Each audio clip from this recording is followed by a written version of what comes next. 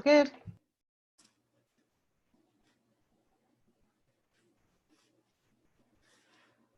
All right. Well, we just pressed broadcast and excited to see some people filter in on the attendee side of things. We have already our panelists and speakers all here as well. And typically what we like to do is just to let, a minute or two to pass before we get everyone in, maybe coming back from lunch or coming back from another meeting. So as we do that, we just like to ask, personally, this is a really selfish thing. What are you binge watching on Netflix, Prime, any of those things for some ideas on what else we can all watch on there as well. So if you don't mind sharing, maybe let's start with the speakers today and anyone that's coming in.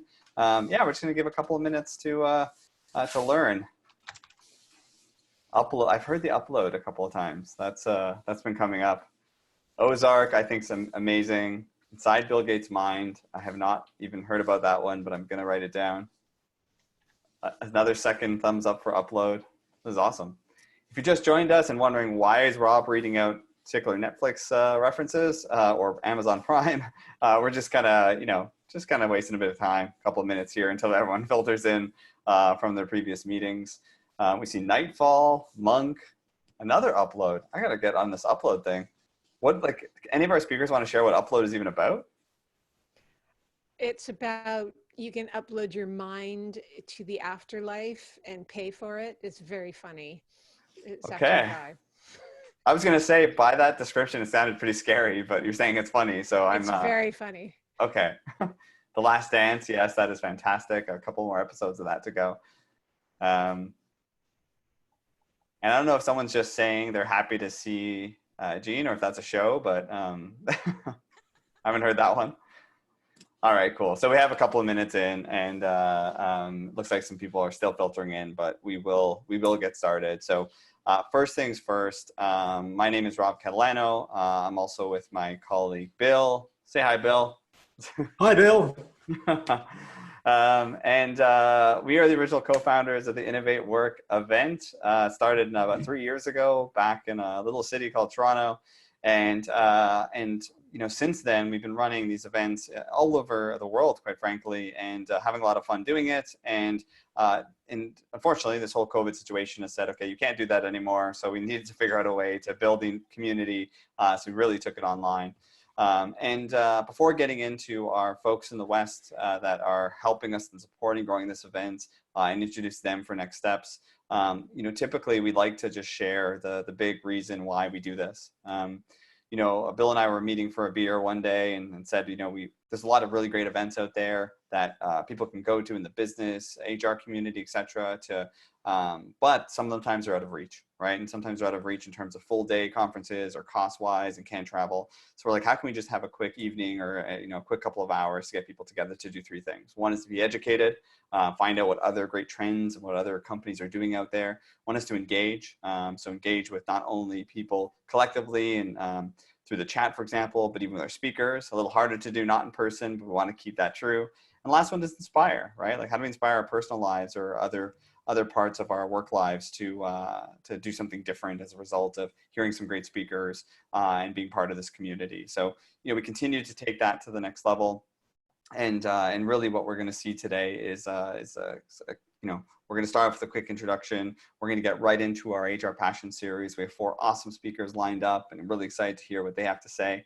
And then we'll get into question and answer. So keep your questions, and we will address them all in kind of more panel format at the end, which is always a really fun way to communicate and chat after the 4 sessions. A couple of things, kind of housekeeping before we get started as well, is you're going to see 2 items in your Zoom client. If you haven't used Zoom before, don't fret. But these 2 things you see circled, we're going to leverage today. The first is on the chat. So some of you used it to tell us some of your favorite Netflix shows or Amazon Prime shows. But if you have any issues, you just want to chat, do a shout out to a speaker, whatever it is, use the chat function. And I think some speakers are actually going to leverage that and want to get your feedback to make it engaging and interactive. So definitely use that. But for the Q&A section, please provide your questions and answers in the Q&A section. It's easier to manage. You can upvote other people's questions, and it's a really easier way for us to manage, being able to answer those at the end when it comes Q&A time after the 4 sessions. So just more from a, again, housekeeping perspective, just wanted to let everyone know on that, how it all works.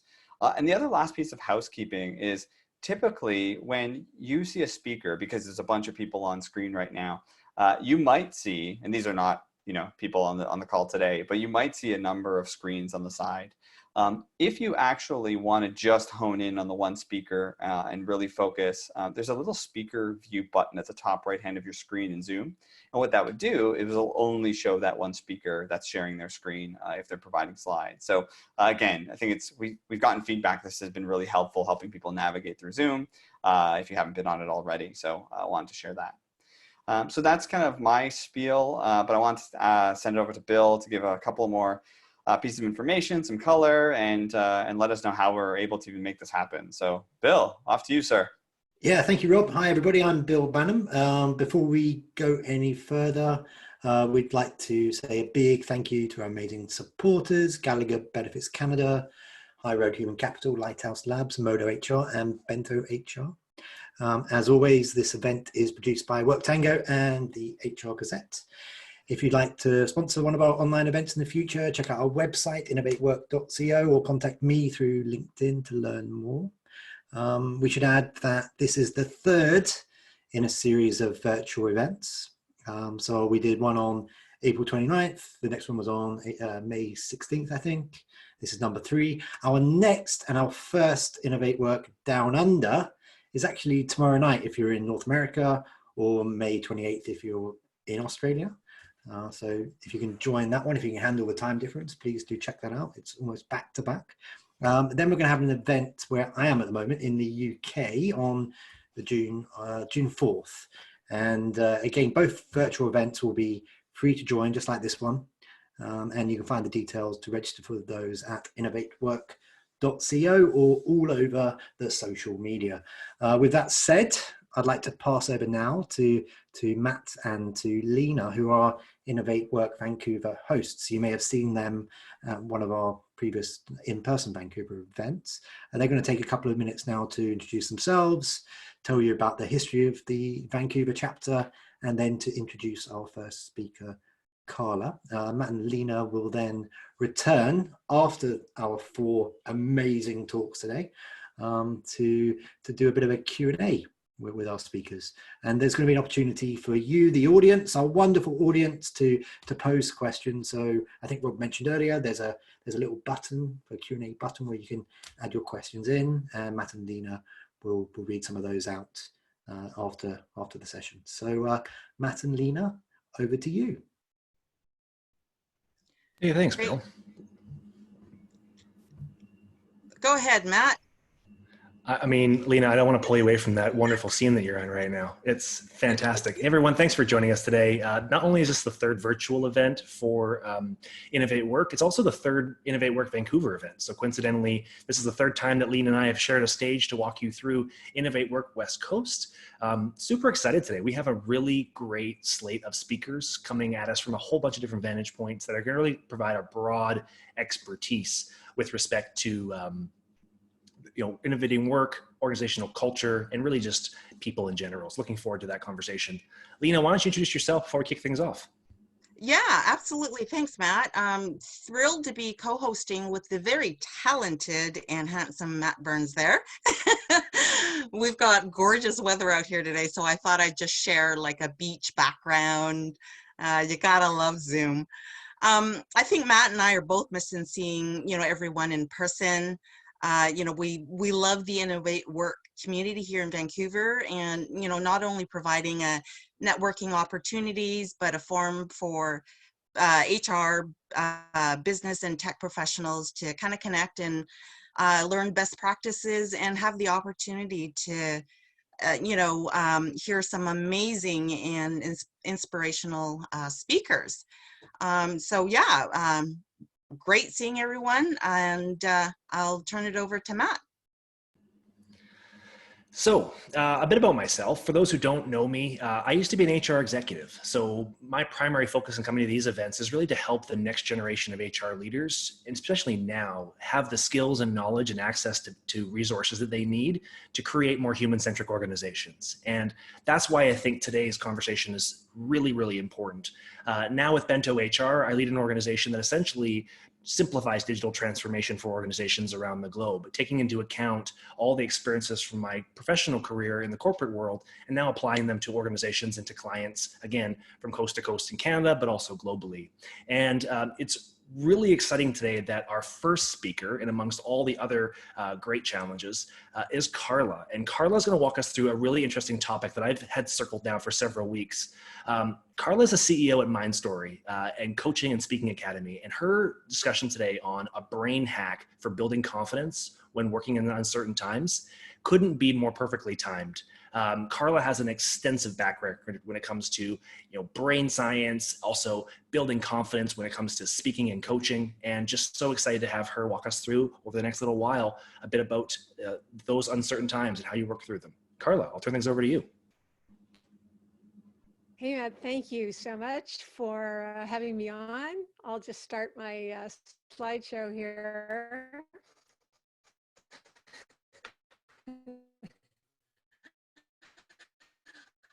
So, yeah, when working in uncertain times. This is something that I think is super excited to share it. Now, you've probably noticed that some people are naturally better at handling these uncertain times than others. And it's just one of those skills I think we can dial up on or dial down on, but it tends to get dialed down when we're under such an intense situation as this pandemic and lockdown. So I just wanted to suggest that if the listeners have a pen and paper, there's a few questions that I'm going to pose that might be useful for you to remember. So the first thing I'd like you to do is write down, if you have pen and paper. If you don't worry about it. What's one recent stressor in regards to the pandemic and lockdown? Now, there might be many, and it could be a nitpicky thing or it could be a big thing, but just pick one and see if you want to apply one of these questions to that stressor, because you might get something really useful right away from listening today. So this is based on 24 years of research of highly resilient people.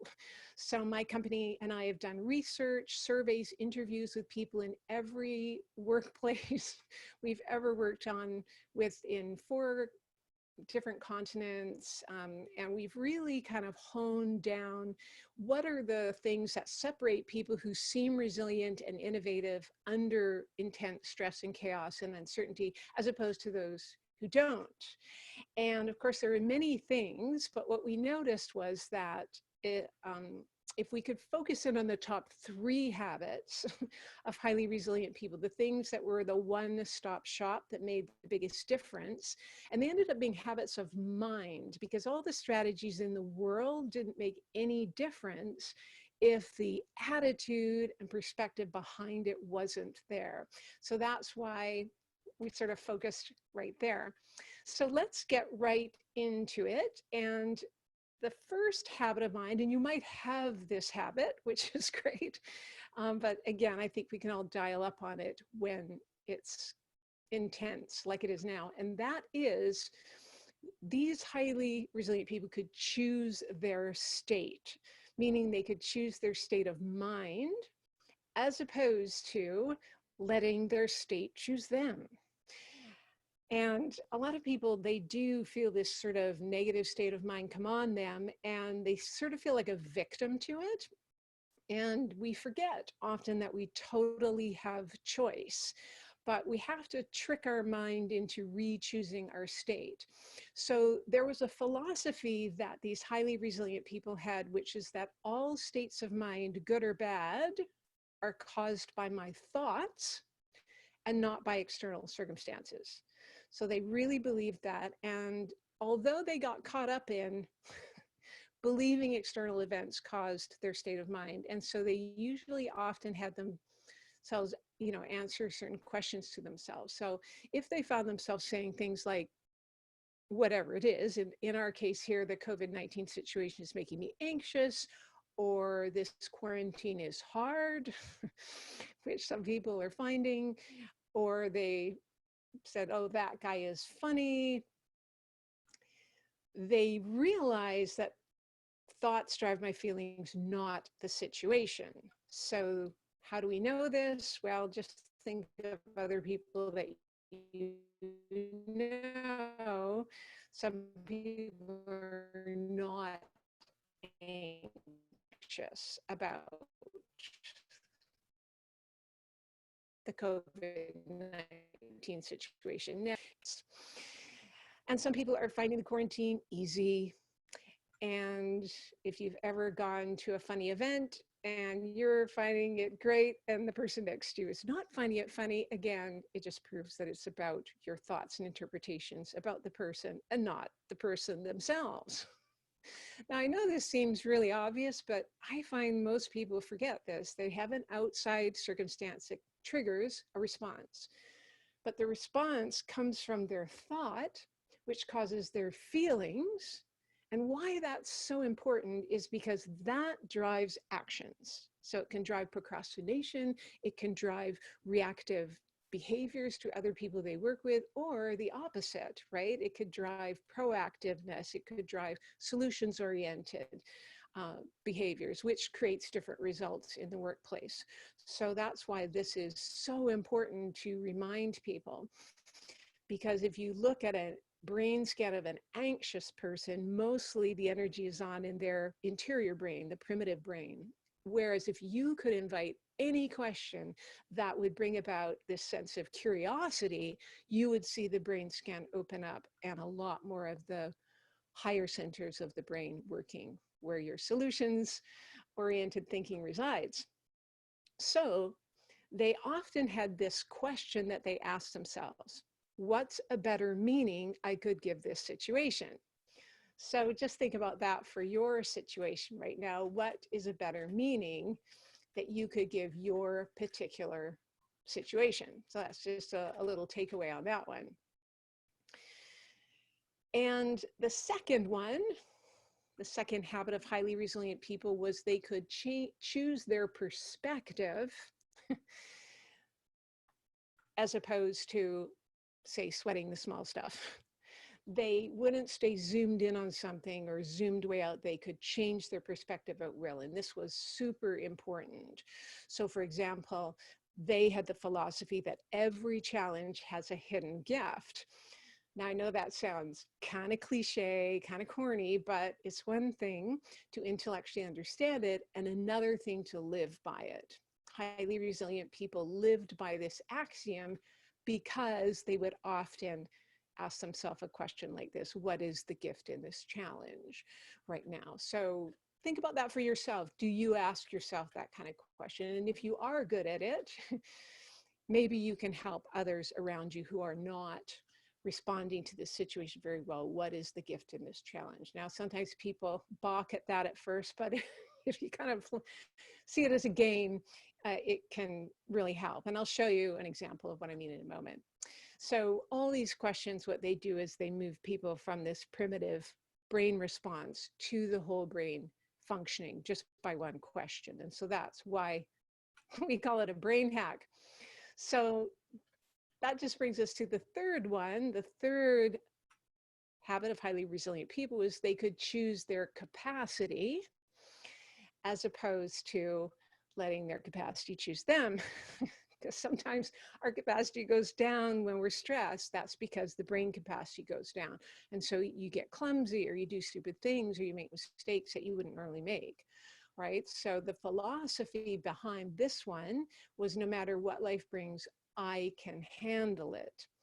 So think about that with yourself. Do you have that philosophy when a lot of challenges come at you? And if you don't, you can ask yourself a question like this, which is what they often did. If I did know how to handle it, what would I do that I'm not doing now? And this is a good one to write down. Just write that down at the top of the page with your stressor.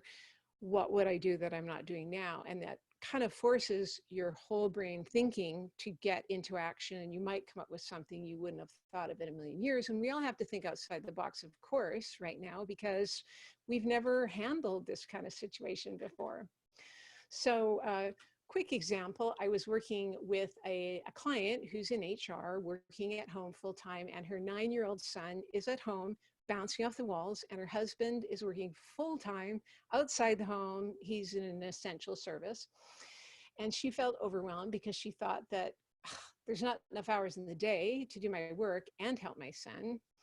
So I suggested she ask herself these questions, like, what's a better meaning I could give this situation? And of course, she resisted at first, which is normal. The primitive brain does not like to give up its default habit that easily, so wanting to blame the external instead.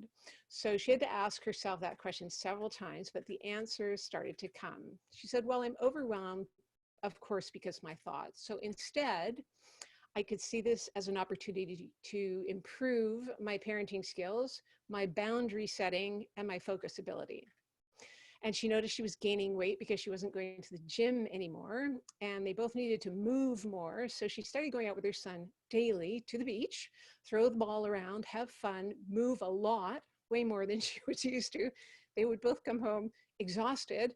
And after that, she was able to focus on her work, and he was able to focus on his schoolwork better. So they both got more done in less time. She lost weight, and they got closer. So hopefully some of these philosophies and self-questioning will be useful for you moving forward. I have a number of free tools like this. If you want to go to mindstoryacademy.com/free, there's tools for turning around worry, regret, how to reinvent yourself if you're in a career transition. And we have a podcast with over 54 free episodes for leaders of change and habits of mind. So thanks everyone for listening. I'd love to now introduce our next speaker, which is Bob St. Jacques, on using performance management to pivot and take advantage of the recovery we are about to go through. He's wearing a great checked shirt, and he'll tell you more about all that. Thanks. And I'll stop sharing. Bye for now. All right, well, thanks very much, Carla. And I'll go ahead and share my screen.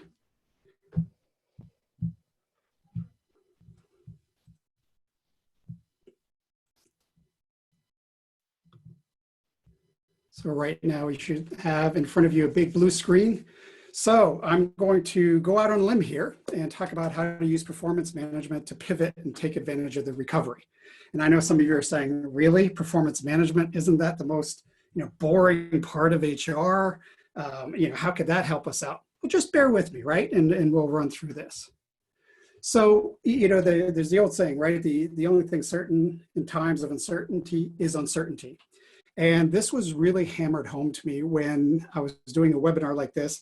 And we asked, a few hundred HR people, hey, what's happening at your company, when people start coming back to work? Is everybody going back to the office? Is it partial? Is it majority of the time, minority of the time? Do we even know? And the answers were spread out all over, right? So we have a lot of discussion in terms of the new normal. However, there's no such thing yet, right? The new normal is yet to be decided, so to speak. Right now, it's just a lot of uncertainty depending on your own situation. So how do we, as Carla mentioned, right? How do we control the things that, are within our area, so to speak, right? And one of the areas that, we can use as HR practitioners is performance management. And if you look at performance management in and of itself, right? So there's 3 general areas, what it's supposed to do. So you're looking at achieving organizational strategic goals, employee development, and then you kind of use it, depending on the organization, to influence other processes, sometimes directly, sometimes indirectly, in terms of promotion, salaries, rewards, and so on, right? So if we look at the first one, continuous performance management as your strategic goal setting ecosystem, right? So if we're thinking of an ecosystem and concept of continuous performance management, in these cases, what we're doing is we're looking at, quite a few things. So first, you're looking at goal setting, You're looking at alignment of those goals, and specifically, I mean down to the individual is aligned to organizational objectives. We're looking at transparency. We're looking at progress. We're looking at feedback. We're also looking at recognition, right? So this is why I use the word ecosystem in terms of, getting it to the next level, because there's many components of it. As you'll see in the materials that I'll make available to all the folks who signed up, I have cited underneath each one of those areas all the research behind it and some studies which you'll be able to click on and look into. So in terms of, the next piece in terms of, individual or employee development, right? So we talk about, so if you've got your goal setting ecosystem, great. You can start planning for the recovery, structure it, align all the people. That's fantastic. But then there's some at the core level, the organization, the teams, and the individuals need to have behavioral flexibility in terms of resilience, as Carla just talked about, and developing that kind of character, that skill set in individuals. And then the next piece is working on individual skills in terms of, how they do those. So a lot of this is cross-training, right? So in terms of flexibility, so you can move people from one side to the other and help bring this to life. And then the last piece, which is, quite important for the folks listening today, is HR practice flexibility. So yes, this means that it starts with you. And if we look at, this chart here, right? And, you're looking at when you have high level business risk, you've got a high level of uncertainty, the role of performance management becomes crucial in those areas. And so therefore the need for HR flexibility is quite high. And this is where you need to bring in, a set of options, so to speak, right? And so basically that gets us to, is it HR's time to shine, right? And so you have a great quote, which has been attributed to both Winston Churchill and Rahm Emanuel, who was Barack Obama's chief of staff, which is never let a good crisis go to waste, right? And by that, what he meant was, when you have a situation, take advantage of it. And in terms of HR, right, we've all seen a lot, quite a few articles on LinkedIn where, HR is really stepping up. HR is, showing, engaging in leadership and leading a lot of their companies through this. So let me talk about a few quick applications of this and how this has happened in my career. So the first piece is where there's a retail situation. So this was after 9/11. And so, September to October, we had basically, a situation where, we had no commerce going on, stores were closed, even when the stores opened, there's nobody showing up. So in that retail organization, a large proportion, about 20 to 25% of their annual sales came within 1 week. And we knew that if that happened again, we would not hit our annual sales targets. So what we did was they came to us and they said, okay, how do we, get back the revenue that we lost? So basically we came up with a company strategy to basically do a whole marketing campaign, stretching that 1 week out to 8 weeks. So that means that impacted how we recruited, who we recruited, performance management. So basically we focused on behaviors instead of actual sales targets, because if you're bringing in people at the last minute, right, you can't teach them to be super sales. You've got to focus on their individual behaviors. And then we tied up compensation and rewards to reflect the concerted effort that's going on there. The next situation I was in was construction, and this was in 2008, 2009, and we all know what happened there. So some of you are probably wondering if I'm bad luck or something, but basically, I've been around a little bit, so I've had the opportunity to basically, look at, in terms of, the different situations. So in terms of 2008, 2009, the company I was with, we were doing an IPO, so we kind of got a heads up from a lot of the bankers that something bad was about to happen later in the year. So what we did was, in terms of HR, we switched, went for a more flexible workforce planning strategy, hired more contractors, and those folks who were, absolutely essential, we put those folks on permanent contracts. But again, we a large portion of the workforce that we did hire was on contract.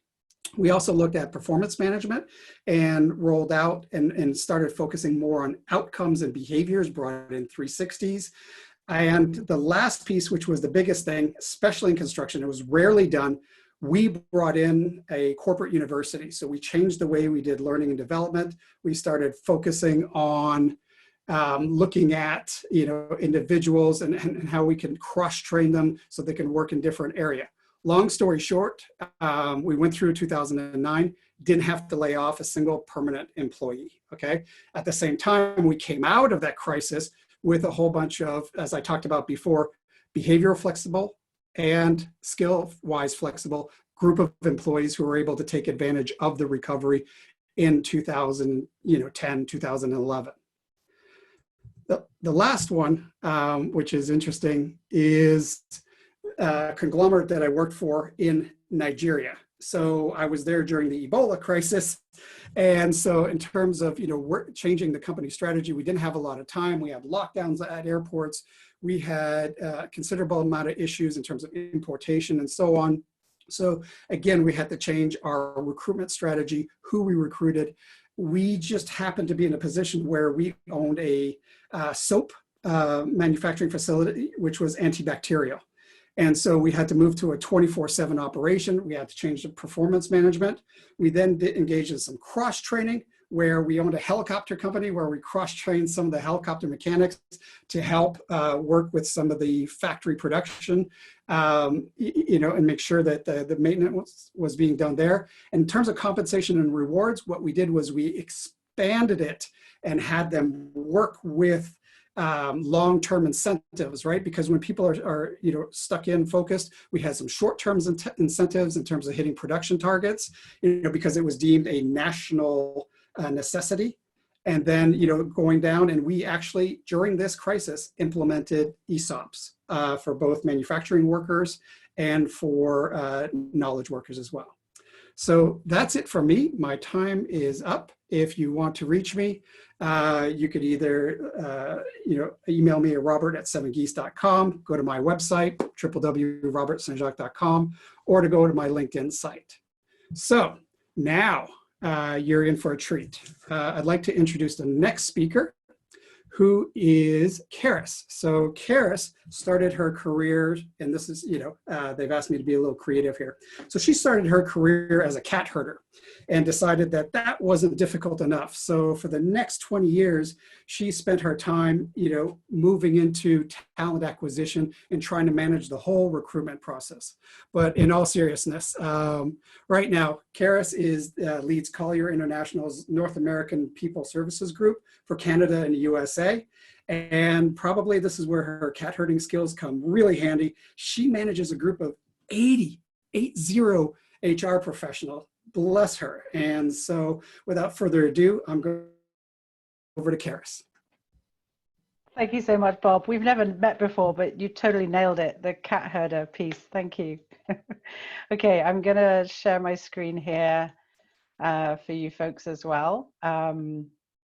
Okay, so I'm really excited to be here, and I'm actually really excited to see a bunch of names on the list here of folks that I know, and I miss seeing you all so much. I'm really looking forward to the time when we can bring InnovateWork back to the real world and meet up again and network. But until that time, I'm really excited to be here today. And when Bill and I actually first started talking about me presenting at InnovateWork, we talked about employment branding, which is kind of my baby, something that I've nurtured at Collier's over the last almost 3 years. But we wanted to make it a little bit more relevant. So I'm just going to talk about employment branding specifically in times of high unemployment, which is obviously something that we're unfortunately facing a little bit at the moment. So just today, I'm going to touch on a couple of things. I'm going to set the stage in terms of what we're dealing with right now from a recruitment landscape perspective. I want to talk a little bit about how employment branding can certainly continue to aid your attraction efforts. Also want to touch on retention as another real benefit from employment branding. And then finally, just speak a little bit about authenticity. Okay, so let's set the scene here. And I'm sorry to dive into such negativity at the beginning of the presentation, but the Statistics Canada actually paints a pretty bleak picture right now. I'll give you a few of the stats. So the Canadian economy lost almost 2 million jobs in April, which was a record high. Essentially, we saw the closure of many non-essential services in order to slow the spread of COVID-19. And that meant that a lot of businesses had to shutter temporarily. That came on top of another 1 million jobs that was already lost in March, and many millions more having had their hours or their income slashed based on the current situation. So the unemployment rate has actually soared to over 13%. And I think, you know, we were at 7.8% in March, 13% in April. May will bring again another story when they collect all of that data. And if the agency had taken actually the unemployed 1.1 million who actually stopped looking for work into account, the unemployment rate would have been closer to 18%. But also we've seen obviously a drop in job opportunities, and some people have taken the decision to kind of just sit back and wait it out. And even if we look south of the border as well in the US, an even more alarming story unfolds there. So even just last week, nearly 2.5 million initial unemployment claims were filed. And that's the 9th straight week of jobless claims topping at least 2 million per week. The unemployment rate in the US in April jumped to nearly 15%, which is the highest since 1948. Just as a comparison, in February, that rate was only 3.5%. So it's gone from 3.5% to 14.7%, just in a couple of months. So quite tragic, really. So let's, taking all of that into account, you know, when we think about employment branding, many of you will say, well, you know, Keris, what on earth is the point in us branding right now? You know, we've seen our job requisition loads slashed. It's lower than it's ever been. I'm curious if people could just throw into the chat just an idea of, have you, at the companies you're working at the moment, or other companies you're involved in, have you seen a significant decline in job requisitions since the pandemic started?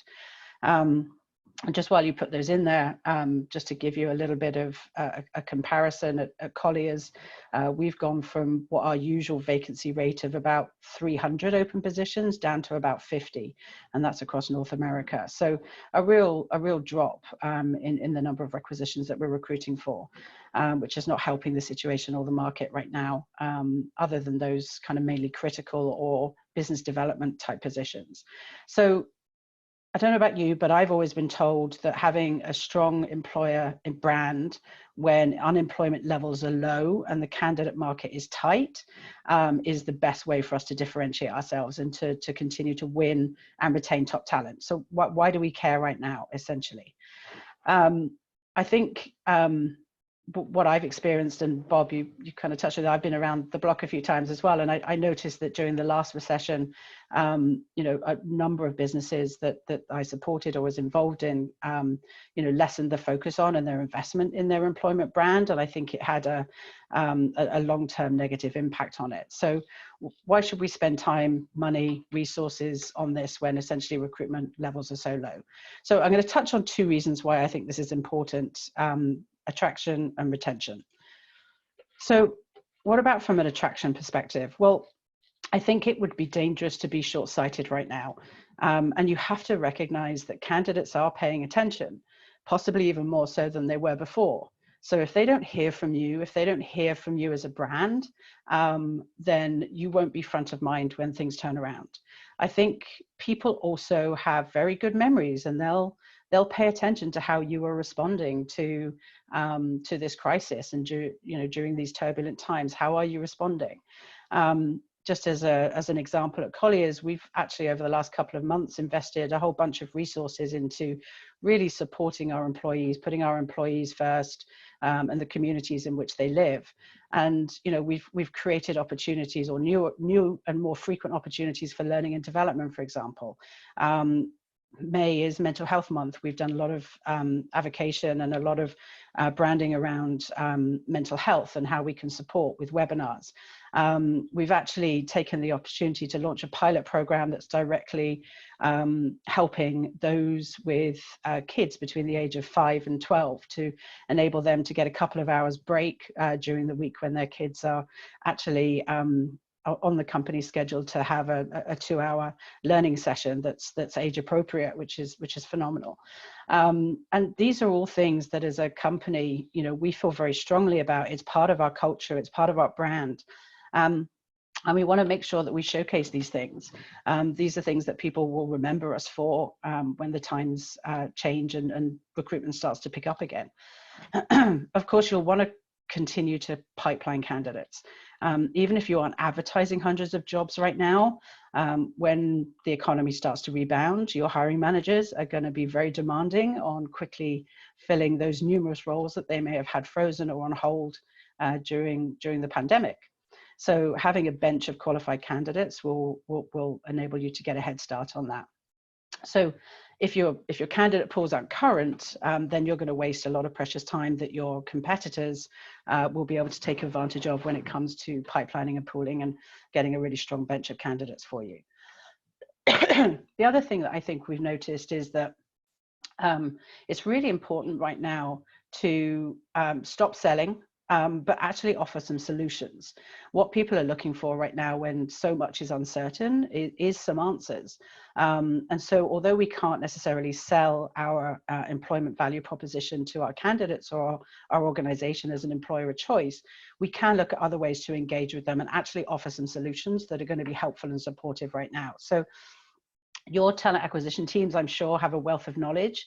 And I've been incredibly proud of the talent acquisition team at Colliers, who've taken it upon themselves to really look for an opportunity to launch a series of content that we've hashtagged Ask Colliers. And that series of content is actually going to provide some thought leadership and some solutions for candidates that are finding themselves unemployed right now, looking for opportunities. How can they look to enhance their skill set right now and make themselves more attractive to the market when it picks up? How can they succeed on when they're doing online and virtual interviews as opposed to in person? It's a very different experience. So we're creating all this content to push that out and really demonstrating the authenticity of our brand. The other thing that I think is really important to touch on here is around retention. And your employment brand, I think, is very easy to put in that bucket of recruitment, and not enough people think about it as an opportunity for talent retention as well.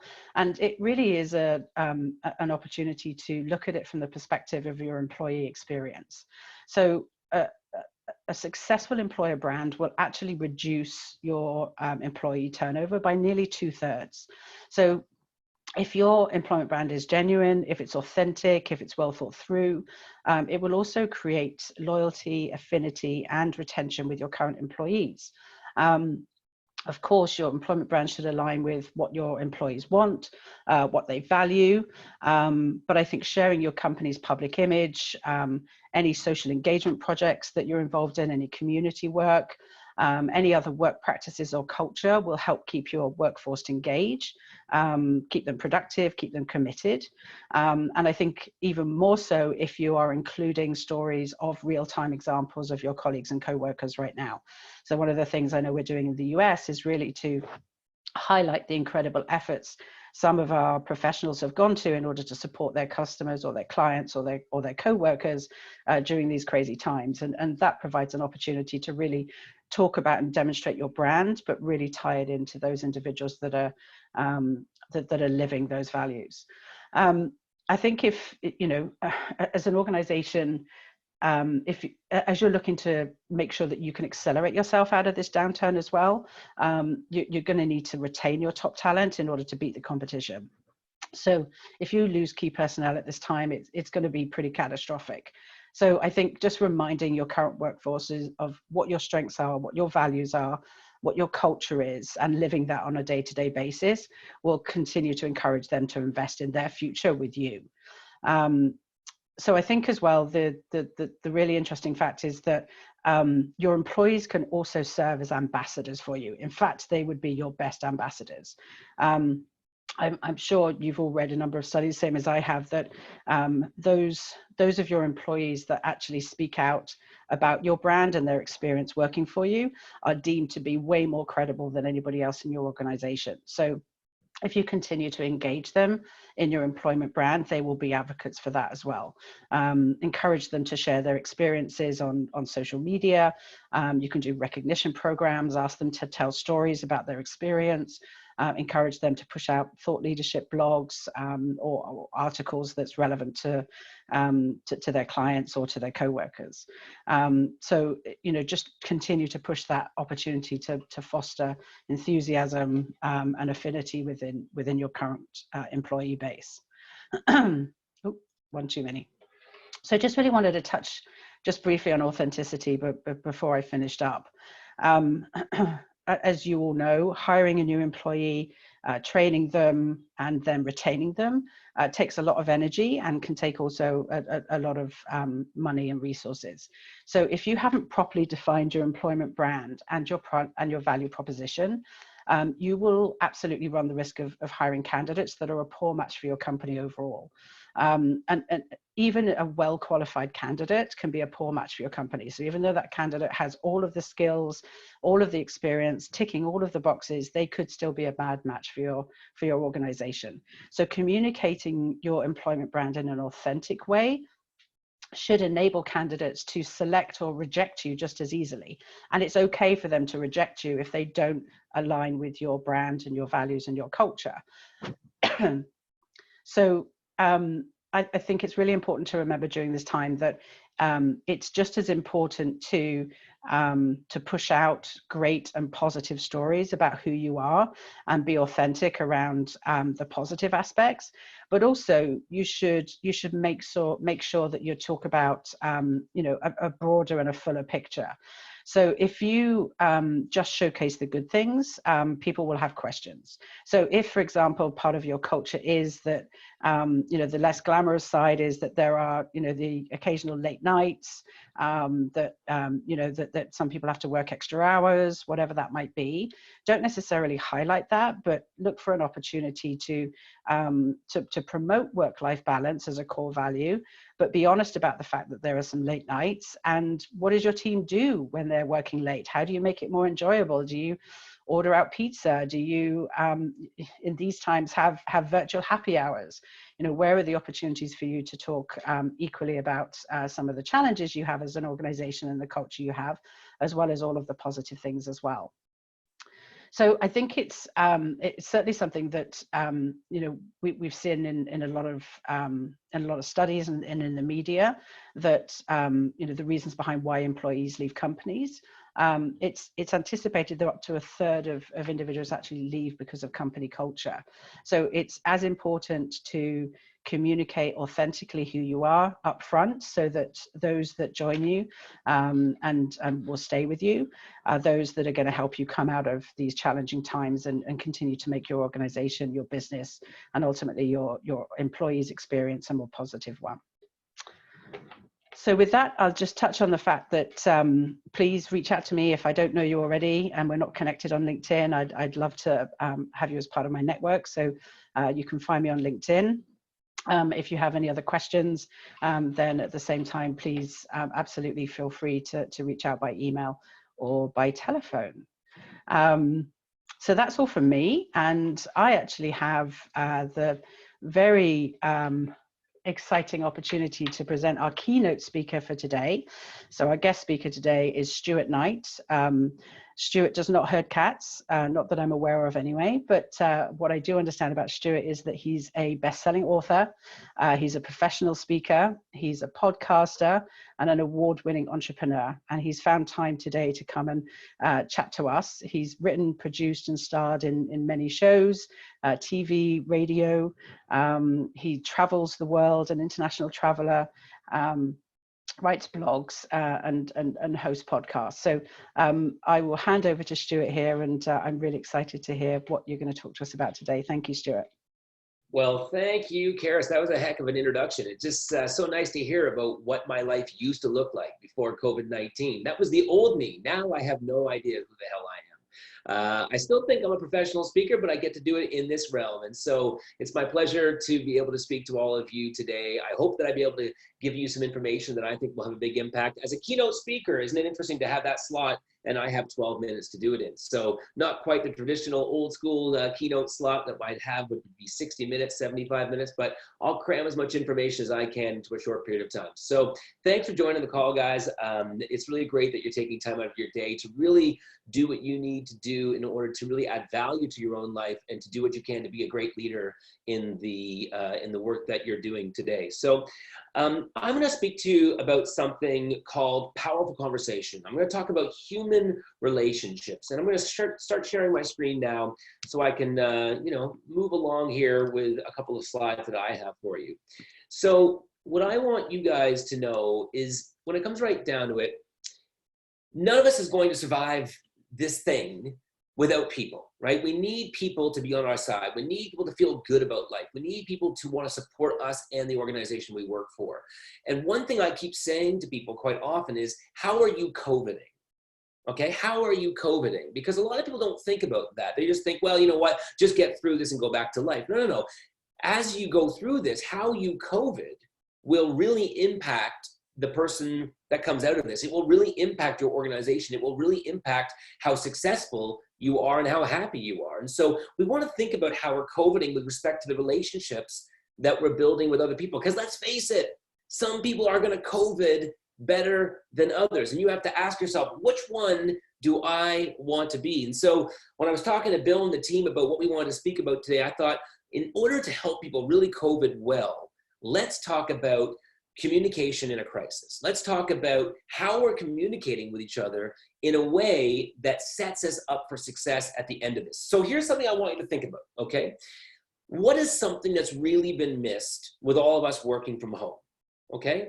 Think about what your answer is to that question. What's something that we're really missing?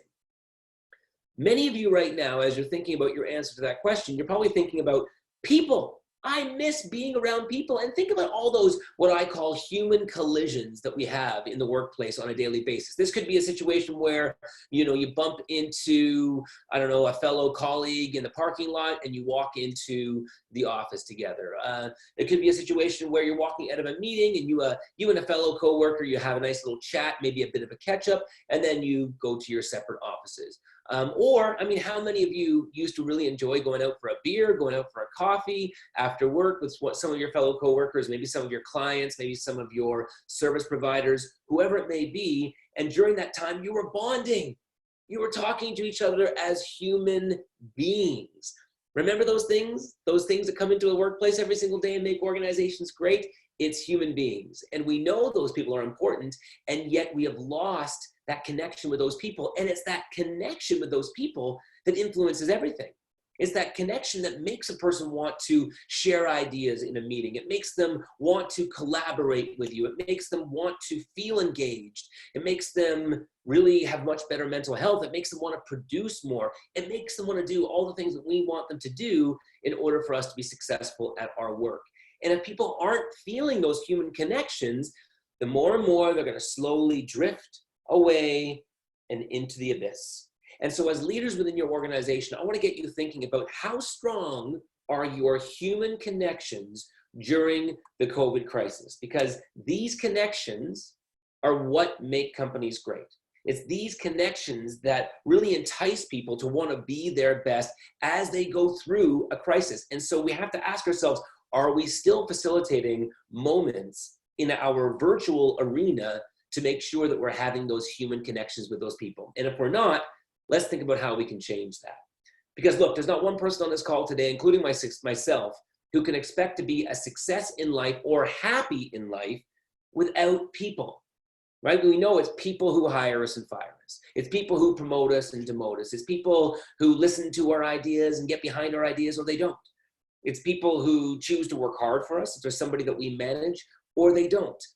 And it's people who choose to, as Karis was just so aptly talking about, they choose to sing the praises of the organization to other people, or they don't.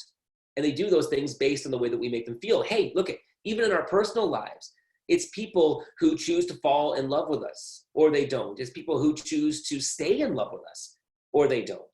It's people who choose to be our friend or want to be part of our network or just be a good neighbor. I mean, all of these things, they're choosing whether they want to do them or whether they don't want to do them, whether it's in the business setting or the non-business setting, based on the way that we choose to make them feel.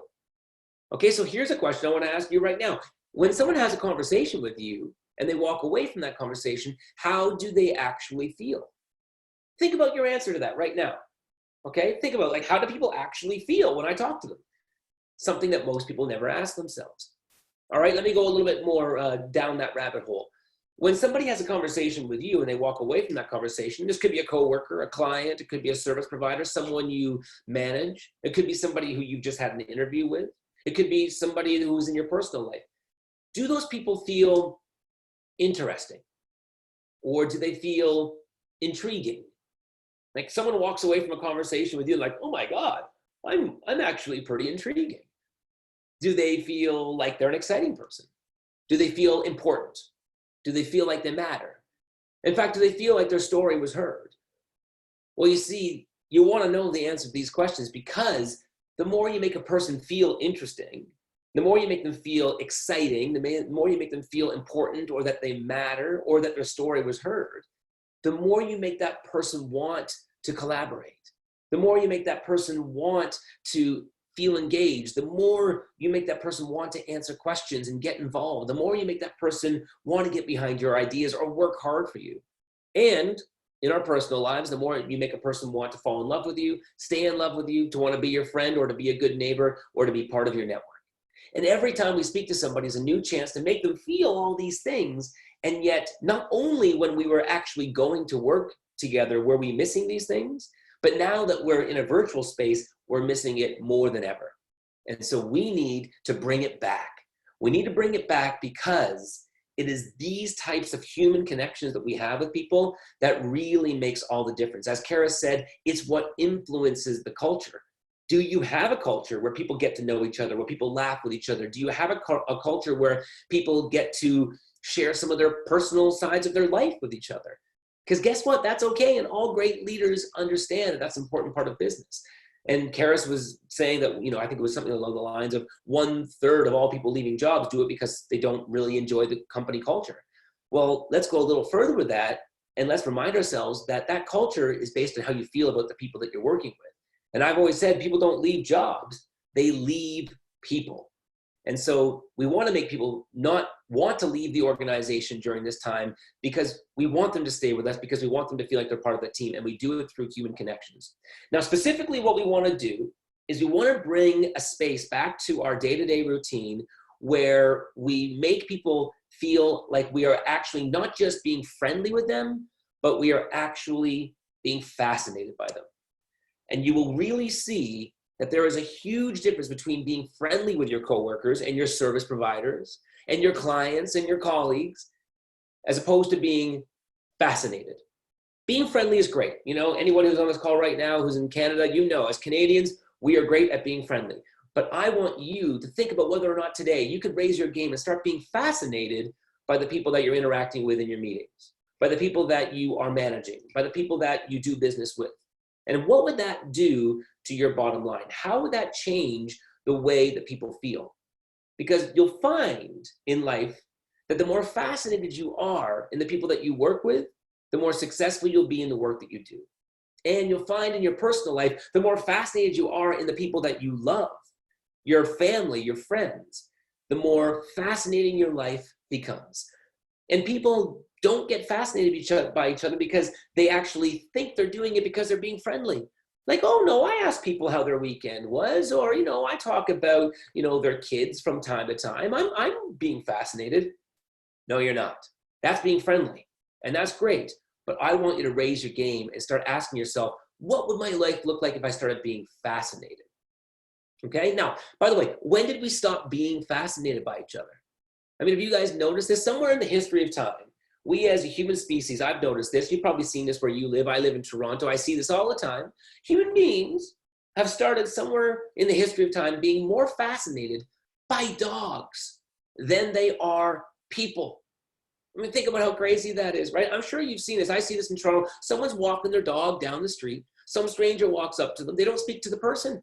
They speak to the dog, right? They start saying things like, oh, hey, little guy, how are you? Oh, what is your name? You are so cute. And then they look up at the person like, oh, hey, how you doing? And then they go back to the dog. You know, whenever I see this, I think that from this day forward, I'm just going to start putting leashes on my friends.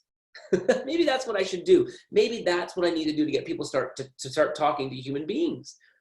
Now, listen, all the dog lovers out there, don't get mad at me. I love dogs too, all right? I'm not trying to make fun of you. I'm just letting you know we need to start getting fascinated by people as much as we are by dogs, okay? Because when we do, we make them feel like real human beings. We make them feel all those important things we want them to feel, and it's those feelings that make them want to contribute, make them want to work hard for us, make them want to share information with us quickly when we ask for it, make them want to fall in love with us, stay in love with us, and want to be our friend.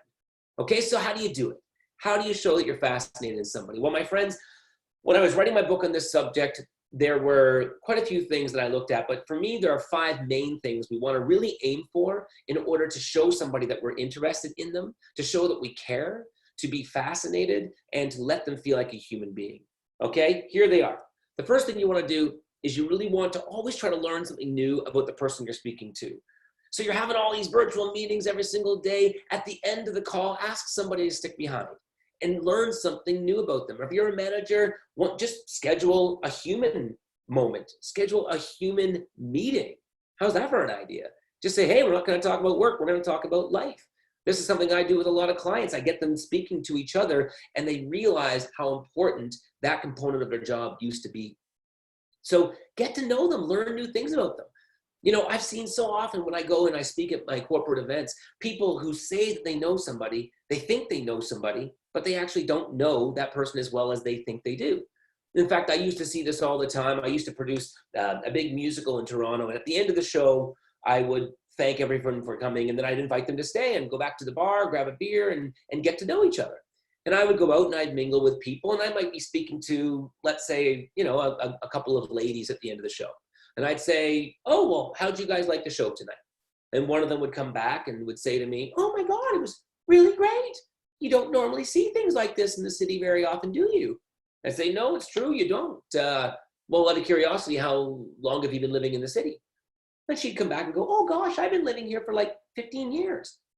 To which I would say, oh, 15 years, that's awesome. So, you know, what would you say is, you know, one of your favorite things about living in the city? And then she'd come back and answer. And all of a sudden, the woman standing next to her would look at her and go, oh my gosh, really? That's your favorite thing about living in this city? I never even knew that about you. Wow, that's so cool. And then I would say, oh, well, how do you two know each other? And she'd come back and she'd go, oh, we're sisters.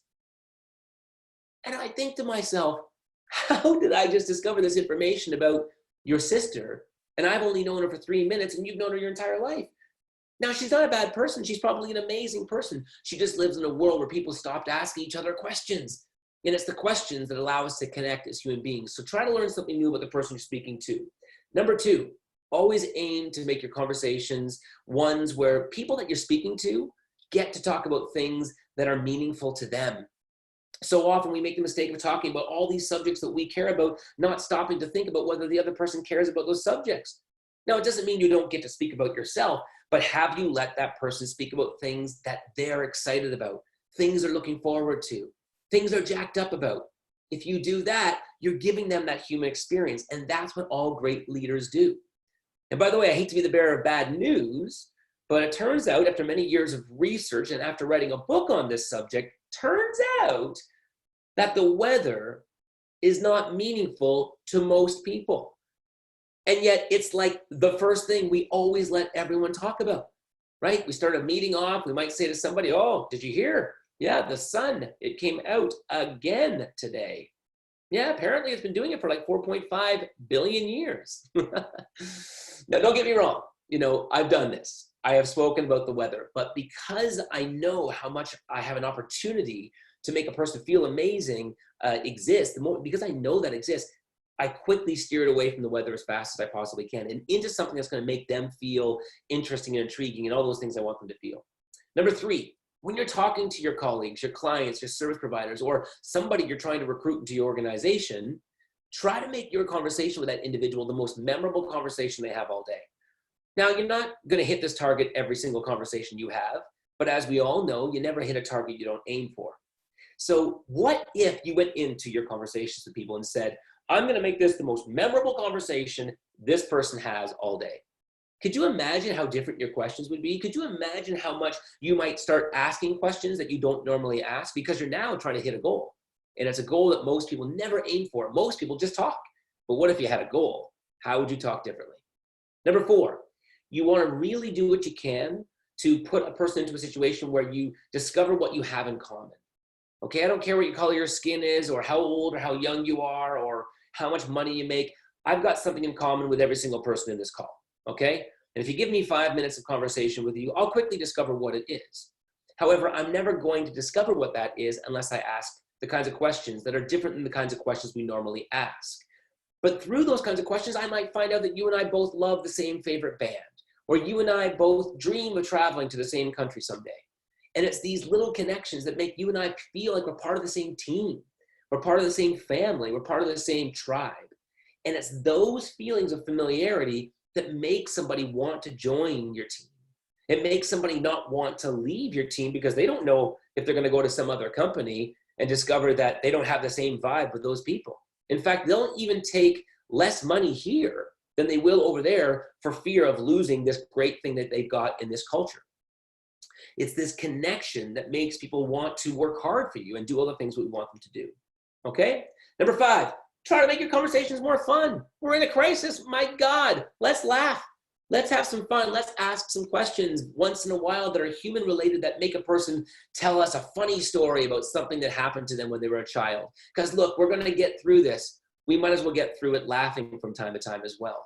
So try to create conversations that make your engagements more fun, because these virtual meetings can get boring and they can get tiring. So we need to be leaders within our organizations and make them a bit more fun. So schedule time to do that, okay? So learn something new about the people you're speaking to on a daily basis. Make it meaningful to them. Discover what you have in common with that person. Make it the most memorable conversation they have all day, and make it more fun. And the more you do this, the more you're going to find yourself having people on your team and within your organization, or the people you do business with, the more often you're going to make them feel interesting and intriguing and exciting and important, and that they matter and that they can trust you. And the more often you do that, the more often you're going to achieve one of the most important goals in business, and that is to influence people in a way where they want to respect, admire, value, and like you. And in all the years that I've been speaking to audiences, I've been doing it for well over 20 years now, and I've had a chance to speak to over 1 million people. And I've never met one person who's a leader in business who's got there without making it so that people respect, admire, value, and like them. So every time you speak to somebody is a new chance to achieve that goal. And you're not going to do it if all you do is talk about business all the time. And by the way, don't just believe me. The research is out there. Okay, it shows that this stuff is imperative. I mean, there are volumes of material that are being done on this, volumes of research being done on this, where people are realizing this is not just something that we should just wait to do. This is something that we need to do as a strategy for success. Okay, let me just give you a couple of my favorite stats on this. It turns out that when people have a strong human relationship with the people that they work with, that on average, they are 12 times more productive at their job. So how many of you would like to know that your team could be 12 times more productive than they're currently being right now during this crisis? Well, if you want that, connect with them as humans. In the manufacturing world, they discovered that when somebody has a strong human relationship with the people that they work with on the manufacturing floor, that defect rates drop on average by 50%, 50%. That is a big deal. And not just in the business life, but in your personal life, research is showing that these human connections really make a difference. In fact, they've now discovered that they can better predict how long you're going to live, whether you will have a disease in this lifetime, or whether you will suffer from a mental health issue, by knowing how strong your human relationships are, better than they can by knowing whether you smoke cigarettes, what kind of food you eat, and how much you exercise. Your human relationships are now a better indicator as to how long you'll live and how healthy you'll be. And this is something we need to take seriously. In fact, Harvard just came out with a study that just came out a few months ago where they've discovered that loneliness, and who's not feeling a little bit lonely right now? And by the way, loneliness, let's face it, it doesn't matter how many friends you have, you can still feel lonely. They've discovered in Harvard that loneliness, on average, on a physiological level, is the equivalent to smoking 14 cigarettes a day. A day. So we need to take this stuff seriously. And this is something I strongly encourage every one of you who's on this call to do. Start carving out time in the workplace and in your personal life to connect on a human level. Start setting up meetings with your team, set up meetings with your customers, with your colleagues. Have a moment at the end of that interview where you connect on a human level. Ask people what's important to them. What are you most looking forward to? When you look back at your life, what's something you wish you could change? Have a real human dialogue with people, and those people will go to war for you. Those people will never want to leave your organization because they know how rare that is to find leaders who do that. Those kinds of individuals are the ones who will shout out your brand, as Karis was talking about. These are the kinds of people who will feel engaged. These are people who, no matter how tired they are, they want to keep on working. They want to raise their hand in these meetings and contribute. These are the people who have better mental health because you created a culture and an environment which says, hey, we're here for business, but we don't forget the fact that we're humans first. And it's those human relationships that will get you through this crisis and that will ensure that when you're finished this crisis, like the rest of us, that you're the one who comes out on top. I can guarantee you your competition isn't doing this. And this is what you need to do if you want to come out of COVID stronger than ever before. And on a personal level, if you want to make sure that you don't fall into states of depression or anxiety or stress, have human relationships with people, your partner, your kids, your neighbors, your friends. Ask better questions and talk about more meaningful things, and it'll have a dramatic impact on your life. So think about it. I encourage you to do it. If you want to learn more about all of these things that I do, I am working with a lot of individuals right now, teaching them that powerful conversations really do lead to a powerful life. So I'd love to connect with you. I'm helping organizations right now get into fun little breakout rooms where they're having powerful conversations with each other. I'm teaching them the kinds of questions that they need to ask. I'm giving them the skills to create those human relationships. So if you want to learn more about that, go to stuartknight.com. For those of you who also want to connect with me on LinkedIn, Facebook, Instagram, by all means, let's hang out. We don't get to see each other face to face, so I'd love to connect with you on that level as well. You all are, I'm sure, amazing individuals, and so I'd love to connect with you more in the future. So I am now going to pass it back to Matt and Lena as they are going to be taking us through the questions and answers. And I'm going to stop sharing my screen so that they can do that. But thanks for having me, folks. Thanks so much, Stuart. That was awesome. And thank you to all of our speakers. What a great session today. We had a chance to go through, as I mentioned, a lot of really exciting topics and a real breadth of experience, from performance management to managing communications in a crisis to employment branding, a real breadth of experience. I hope you had a chance to take away a lot of value from that. Lena, what were your thoughts on the first hour or so of our session today? Wow, very powerful. Completely agree. And I know not to talk about the weather as an opener, but certainly awesome advice, insight from all of the speakers. We're during this time, like, we're all coping, with the COVID-19 pandemic. What's it going to look like when things do kind of go back to normal? So, it's great to hear from some very inspirational leaders and, what they're doing in their companies, and advice that they have for everyone.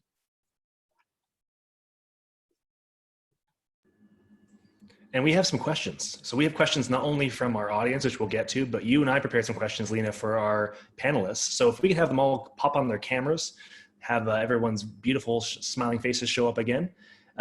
Lena, do you want to ask the first question? Yeah, sure. Actually, Stuart, love the, your powerful message on that human touch and how companies are currently, you know, coping with COVID, you know, a lot of people working from home, and I see my virtual background is kind of going wonky here. But, you know, most companies and most employers have deployed their employees to work from home during this pandemic. And maybe it's a question for, you know, everyone.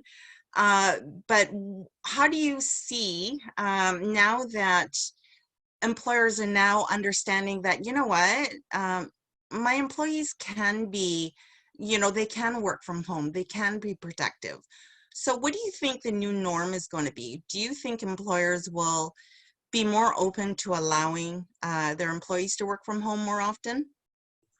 It seems that people are moving in that direction, especially with the information we're seeing coming out of big companies like Spotify, or not Spotify, Shopify, that recently said that they're going to, I think, let 60% of their employees stay at home after all of this. And I know there's been a couple of other really big companies that have said the same type of thing. And I would imagine we'll see a lot of other organizations following suit, which to me is just more reason to really start like doubling down into human relationships and to really find ways to invest in people. So for example, I'm seeing organizations that have been doing some things where they're trying to bring people together in a fun way. They're having trivia nights or trivia after work on some days, or they're getting people together to just have some like time to play some games with each other, which is fantastic. And I really applaud companies that do that.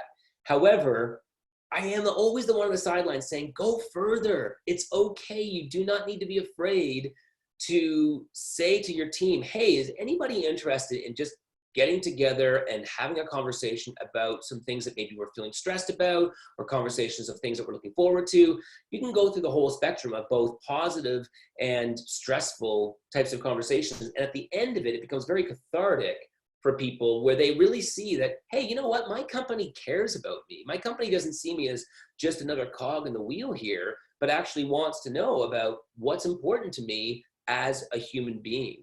And this is something I've been doing with a lot of companies right now, where I'm just taking them through a guided experience where they get to go into different breakout rooms and actually have these types of connections with each other. So we're going to be moving home. Yes, we're going to be being way more virtual than ever before. And to me, all the more reason to find space to kind of create those social collisions that no longer will take place because of it.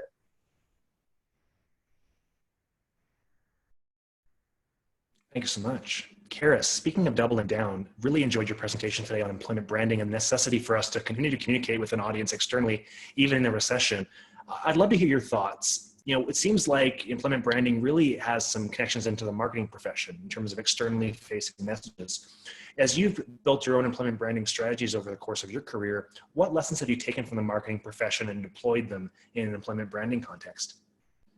That's a great question, Matt. And actually, rule number one of employment branding: work with marketing, like 100%. I couldn't stress that enough.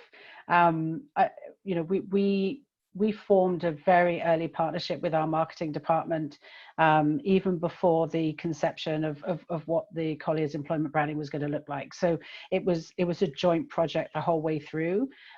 We relied on them, they relied on us. We were in each other's pockets throughout the entire project, and you know, as a talent acquisition team, we couldn't have done it without them.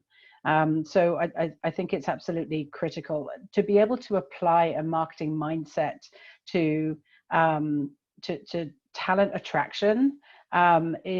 It takes years of experience, and you know, as talent acquisition professionals, that's not always something that we focused on. So having the opportunity to take some of the concepts, some of the methodologies, and some of the you know, the core experience that they had in promoting our organization to customers and clients is very translatable to how we promote that across to our candidates. And it's also intertwined. If your employment branding doesn't fit in with your organizational brand, your product brand, or the service brand that you have, then it feels inauthentic. And you know, for those that work within the organization, we'll call that out immediately. So being able to talk about our products, our services, and the employee experience in one aligned conversation was really important to us. So we had to have that collaboration. So important, inside voice and outside voice. Great. We encourage all the attendees, if you have questions, please feel free to pop them in the Q&A, and Matt and I will go through those. Bob, you know, you talk about, you know, performance management, you know, using people analytics. In terms of, you know, HR tech solutions, how valuable do you is HR departments to use people analytics in their decision making? You know, there are a lot of companies out there that think, oh, you know, it's just another piece of software, or, you know, just something else. You know, I find that, you know, most of the successful HR or the companies are using people analytics. So what's your thoughts on that? Yeah, thanks, Lena. Basically, you use an interesting word, right? Valuable. I would go a little bit further and say that it's necessary. So in terms of, you know, HR as a profession becoming more and more evidence-based, where does evidence comes from? Everybody thinks, oh, it's just a study. Well, a study is just one piece of evidence, right? There's 4 layers of evidence. There's scientific studies, there's your own organizational data, there's what the stakeholder wants, and then your own professional expertise, right? And then you mix these, you put these together. But an internal component, you know, for example, a study will say on recruitment, for example, it'll say, you know, the best predictor of job performance is a general mental ability test. Okay, great. But then, you know, you can't just grab that and run with it. Same thing with a lot of people, right? At 7 Geese, we do OKRs. And when people come to us and say, yeah, we want to do OKRs because Google does it, and we want to be like Google. Well, here's a news flash. You're not Google, right? So what worked for them may not necessarily work for you. So this is why you have to go into, you know, it's nice to see that other people are successful using this. It's nice to see the science says so, but you need to look internally in terms of your own data. And more importantly, you know, have the different types of tech, you know, depending again on the size of the organization and your need, and look at your internal data to validate what you think is right, right? Your intuition is there. Start looking at the data. And sometimes, you know, you find some quite interesting things. And one of the most, you know, interesting pieces that happened in my career was when we were recruiting, we literally got down to one question where we found, when we did the analysis, it was like the scattershot graph was literally at 2 sides. So in terms of the answers to one question, one group of employees who either left or were terminated were all congregated here. And the people who were successful and were deemed high potential and high performing employees were at the other end. And so therefore we used that one question.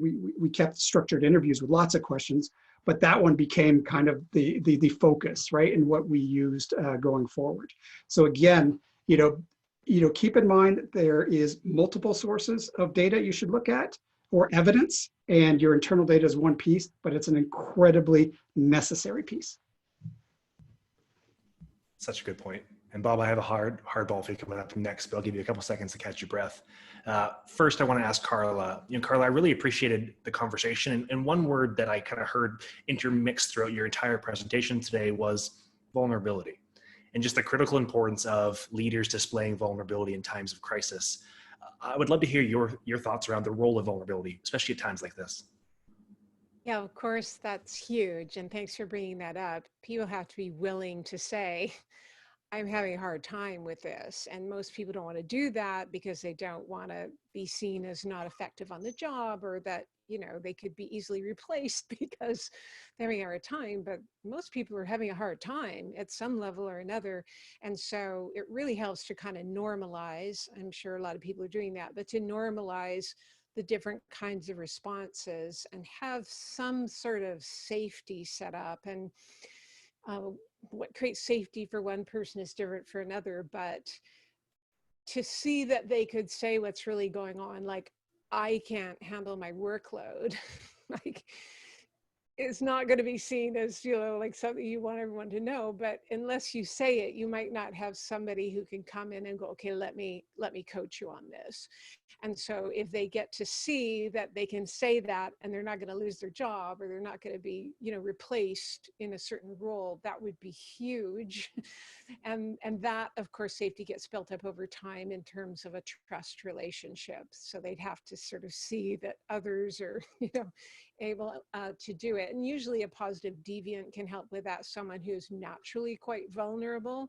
And so they sort of lead the way in terms of being honest. And usually someone in a power position would be good for them to say, look, I'm going crazy here at home, right? I just can't juggle all this, and it's too much. I sit on Zoom all day. My eyes are, falling out of my head, right? Like is anyone else having that issue? And just have an open forum for that. I think that would really help. And one particular client that I worked with, she wasn't saying anything. And then when she finally did, what she found was that she ended up being the positive deviant who got everybody talking. And when they talked and they could ask those questions of each other and dial up on their brain capacity, everyone improved immediately because they were willing to have that open conversation. So who's ever the most courageous, help them lead the way. Thank you for that. Great, thanks, Carla. I do see that there was actually a question in the chat, and it's for Karis. Karis, do you use or recommend using any employment testing for skills or personality in your recruitment process? Yeah, thanks, Lena. We do actually. We actually use predictive index, if anybody's familiar with that. It's one of the quickest and most effective assessment tools I think I've ever experienced in my entire life. It's like magic. And it's accurate beyond belief. I can say that from personal experience, but it's also super quick and not burdensome or painful in any way for the candidate experience. So predictive index is what we use. Perfect, thanks, Karis. It's a great question. It's a great comment. And actually ties in perfectly to a question I want to throw Bob. And I know, Bob, you've been waiting for this question for the entire day. You love nothing more than to rattle the cages of the establishment when it comes to the tools we're using in HR. Psychometric assessments, Bob, it's a multi-billion-dollar industry. And sometimes, though, because of the amount of options and because of the wide variety and quality, people are making investments in these tools and receiving uneven results. Not everyone's experience is the same as what Karis has had with predictive index. What alternatives are there on the market to the predictive end, the psychometric assessment industry? What does the evidence say about those types of tests? Yeah, so in terms of what the evidence says, again, it's important to keep in mind that there's many sources of evidence, right? But if you start looking at the research first, you look at the number one predictor of performance is a general mental ability test. So if you start looking at, Laszlo Bock's book, he talks about it with Google, Procter & Gamble, they use it, right? And you've got to look at, the folks who used to work at Procter & Gamble started off as a brand manager, you're looking at, former CEOs of GE, eBay, Steve Ballmer was a former P&G person. So they're very good at using their, recruitment assessments. And that starts with what they call the P&G MAT, right? Like a GMAT for business school. And so, again, Hunter and Schmidt, they did research, they published it in 1998, they updated it in 2016. And again, the number one best predictor of performance on the job is general mental ability. Then, they start going down in terms of structured interview. So again, those of you that are familiar with Laszlo Bock's book, he talks about how he took a whole bunch of questions from the Department of Veterans Affairs, tested all of them, got data on the quality of hire, based on how they answered their questions, and then, whittled it down to a few pieces. The piece in terms of psychometric assessments, again, there's I would tell people to watch out, but to look a little bit more, put your scientist hat on. And when you test these, to make sure you own it yourself, right? So in other words, they'll say, hey, if you hire and this person gets this score, they're a perfect CFO. I would be very wary of those kind of promises, but then look to, what was probably, as Karis mentioned, right? You test it internally. So if, internally the people are scoring this, okay, they're our top performers, then we're going to look for people who score in those pieces And that should only be a data point, right? So again, you're looking at general mental ability, you're looking at structured interviews, you're looking at sometimes assessment, work assessments, people doing demonstrations, you're looking at psychometric, right? These are all data points coming through. And it's important to keep in mind that you take all of those together and say, okay, this has a high chance, right? But if you look at people using certain parts of those, the numbers are pretty grim, right? So some studies I've seen say that in terms of senior professional and executive and senior leadership positions, at 18 months, 60% have either left or were told to leave, right? So that's a pretty high failure rate when actually in science, there's a lot of tools that you can use and or test for your organization. So, it's incumbent for us to kind of understand where that is. And then, these are best principles. I always talk about best principles. The only person who knows what the best practice is for your organization is you, right? Taking something that somebody else has done and just moving it wholesale probably won't work. Thanks, Bob. Great, thanks, Bob. Carla, and I know you sort of answered this, but I have a couple of clients that are now working from home. They're director level, C-level, and they're struggling because they're finding that working from home currently, they're working 12, 14, 16-hour days. So they're struggling to balance that professional and personal life. They feel that because they're at home, I can work longer hours because I don't have to drive. So what advice would you have? Yeah, that's a really common thing that's going on. And so thanks for bringing that up. I find what's been useful is that several people in that kind of role getting together and just talking and asking questions about what's working and sharing ideas and asking those kinds of questions that I mentioned, like, how can I get my work-life balance here? Because what we do is most of us wake up and we think we have a negativity bias in our brain, right? We're always looking for what wouldn't work or what we can't figure out or how much work I have to do today. And we don't ever ask ourselves those questions like, well, how can I get my life balance back? How can I be effective at work while at home and not ignore my family and get some exercise and have some downtime and just get into a brainstorm, because we just get locked in a certain way of being, and we need somebody to break us out of these neural pathways of habit, right? Because we'll just keep doing it. And those kind of people, they're going to burn out. And when they burn out, they're not going to be helpful to anybody. And they could be jeopardizing their health. They could be jeopardizing their family relationships as well. So in the long run, it's a bad idea. So if they can, A, know the consequences of long-term behavior like that, and B, just open the brain capacities, like, how could this be done? Like, what are some little life habits that would make me, stop at 5 o'clock and only start at 9 and do something in the morning away from all the notifications that calms my brain down, and take a break at lunch and go outside and just commit and have somebody that you commit to, whether it's a coach or a group of colleagues, so that you do it and you report back, because otherwise they won't change their habits usually. And folks, just a reminder, if you have questions, please leave them in the Q&A section so we can ask our wonderful panel of speakers here today. Stuart, I have one last question for you to end things off for me today.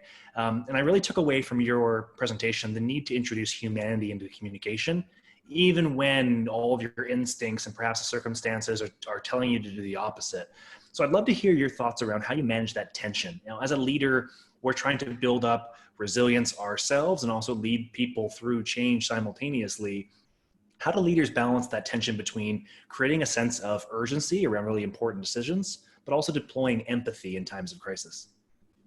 Yeah, it's a great question. And the way I see that is the big mistake that leaders make is that in the middle of a crisis, they look out and they see a bunch of fires, and they wake up and they're just kind of patting all these fires, trying to put them all out as quickly as they possibly can.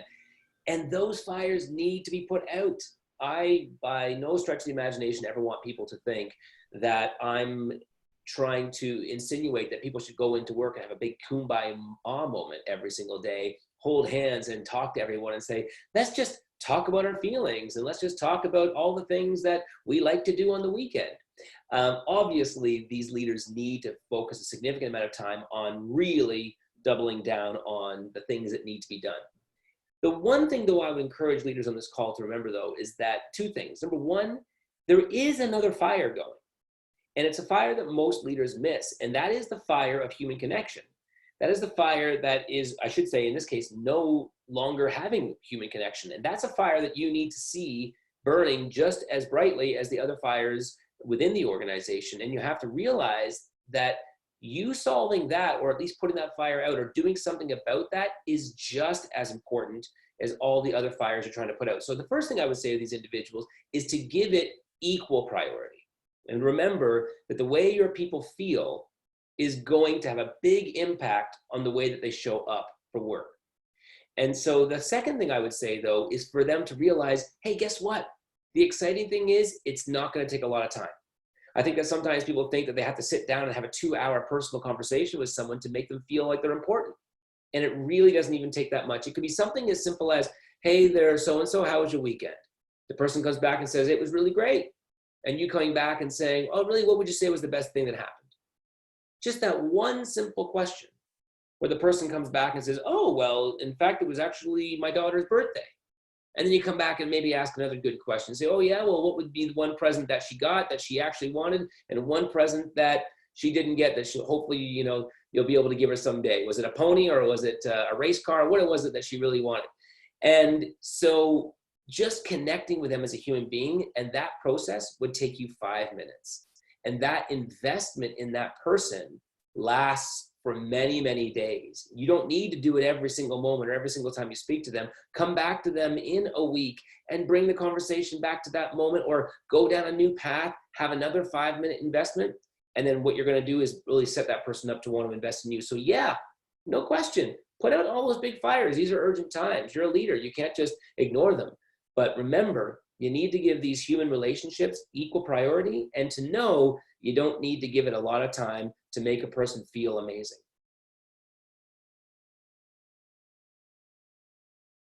Great, thank you so much. I think this is about all the time we have for today. I want to thank all of you guys for being our panelists. There's been some amazing insights, some very powerful messages. I know I'm going to probably sit down and figure out what my one stressor is. So thanks for that, Carla. Matt and I really, we're looking forward to getting the Innovate Work back out of the virtual, and maybe not hugging people, but certainly, high-fiving and just seeing everyone. Of course, we couldn't do this without Rob and Bill. Without them, we wouldn't be here today. So thank you. I'm going to hand it back over to Bill from HR Gazette and Rob from WorkTango. Awesome. Thank you so much. Yes, hugs are not mandatory when we finally get Innovate Work back in order and in person as originally planned. But really just a big thank you for everyone that joined and participated. The speakers, thank you. It is not easy to come up and only talk for 9 minutes or 12 minutes and get a concept there. And it's a challenging approach, but appreciate getting out of a comfort zone and doing that with us today. Thank you so much. And Matt and Lena, thanks for continuing to keep this alive, even though it's changed a bit. And yeah, just a big thank you for everyone involved. So really appreciative. I learned a lot as well, and a whole slew of notes I could get through at some point today. But a big thank you for myself. And Bill, I'll let you have any final parting words from your end. Yeah, thank you, Rob. Again, huge thank you to all of our speakers and to our hosts, Lena and Matt. I learned a lot. I laughed a lot as well throughout today's session, which is I think part of the point of why we do what we do with the Innovate Work community. It's to learn new things, but to do it in fun ways. And although it's crazy times at the moment, it's good to smile and it's good to share ideas. So the last thank you from me is to you, the audience. Thank you again for your support. This is the third event that we've done, and we've got another one coming up tomorrow for the Australian audience, and another one coming up in early June for the Brits. Cool. Well, take care, everyone. Have a safe rest of the afternoon and evening. Take care. Thanks, guys. Bye, Thanks, everyone.